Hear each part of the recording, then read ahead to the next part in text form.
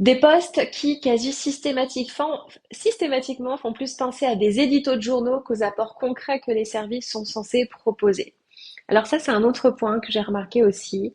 S'il est indispensable de montrer ses couleurs, de montrer ses valeurs, hein, parce que c'est aussi comme ça qu'on se démarque, en étant complètement soi, en ayant un message qu'on voit nulle part ailleurs, par exemple. Typiquement, regardez sur ma bio Insta, j'ai mis chasseuse-cueilleuse 2.0. Pourquoi? Parce que ça fait partie de mon système de valeurs. Ça ne veut pas dire ayez toute ma vie, mais j'ai materné, j'ai cododoté, j'ai fait de la DME, j'ai allaité des années, je vis avec mon fils, j'ai créé une entreprise, j'ai créé de l'argent avec mon fils instruit en famille.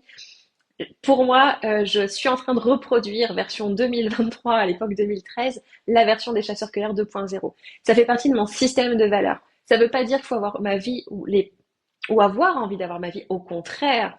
Par contre, je sais que c'est foncièrement clivant. Et je sais que ça se voit nulle part ailleurs.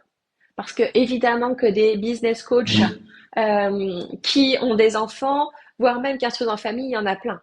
Par contre, qui partagent le système de valeurs de respect et de parité, il y en a pas 50. Et qui ont materné et qui décident aussi pas de dire qu'elles font tout ça pour leur famille alors qu'elles les voient pas, qu'elles sont en PLS, qu'elles pensent qu'à l'argent et à bosser comme des dingues. C'est un système de valeurs.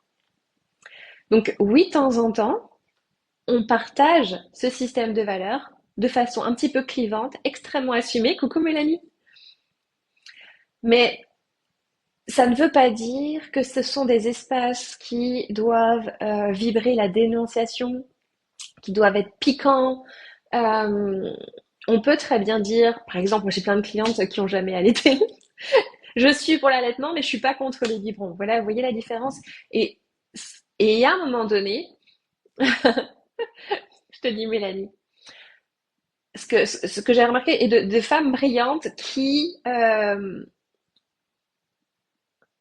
ont pris le virage en se prenant le mur, qui, en voulant montrer leurs valeurs, les incarner vraiment à travers leurs mots, ont été piquantes, dénonciatrices, jugeantes aussi, et ont passé leur temps à rabâcher en allant contre, sans mettre en valeur, coucou Clarisse, la valeur ajoutée de ce qu'elle proposait, à quel point c'était nourrissant, ce que ça apporte vraiment, ce que ça change pour les autres. Donc ça part d'un espace blessé en soi qui a envie de revendiquer, au lieu de reconnaître, se reconnaître et reconnaître les personnes qu'elle servent. Ça ne veut pas dire au contraire qu'il faut être consensuel, c'est absolument pas mon propos. Mais tous ces éditos, là, je pense qu'il y a qu'un faucon, faites comme si les autres c'est pas bien, on fait comme si, on fait comme ça. Oui, mais what? So what? So what? Tu proposes quoi? Quel résultat j'ai en travaillant avec toi? Et ça, les résultats, je vous en parlais hier, c'est le marketing pour moi le plus intègre. Ça n'existe quasiment nulle part, les témoignages. Moi, je suis toujours hallucinée. Mais d'ailleurs, de toute façon, ça, il y a un courant qui se passe en ce moment parce que le milieu de l'accompagnement, il y a tellement de monde que de toute façon, ça fait un tri naturellement. Même des coachs avec plus de followers ou des plus grands chiffres d'affaires, ça commence. Les gens, le marché a changé parce que maintenant, les gens prennent le temps de regarder, de comparer. Qu'est-ce qu'ils regardent? La congruence, l'énergie, le leadership et les témoignages. Et les témoignages, pour moi, c'est le marketing le plus intègre. C'est là où on se rend compte vraiment de ce qui est offert et de ce qui est vécu. Parce que les gens viennent vivre une expérience à vos côtés. Chacun a son temps d'intégration et son timing.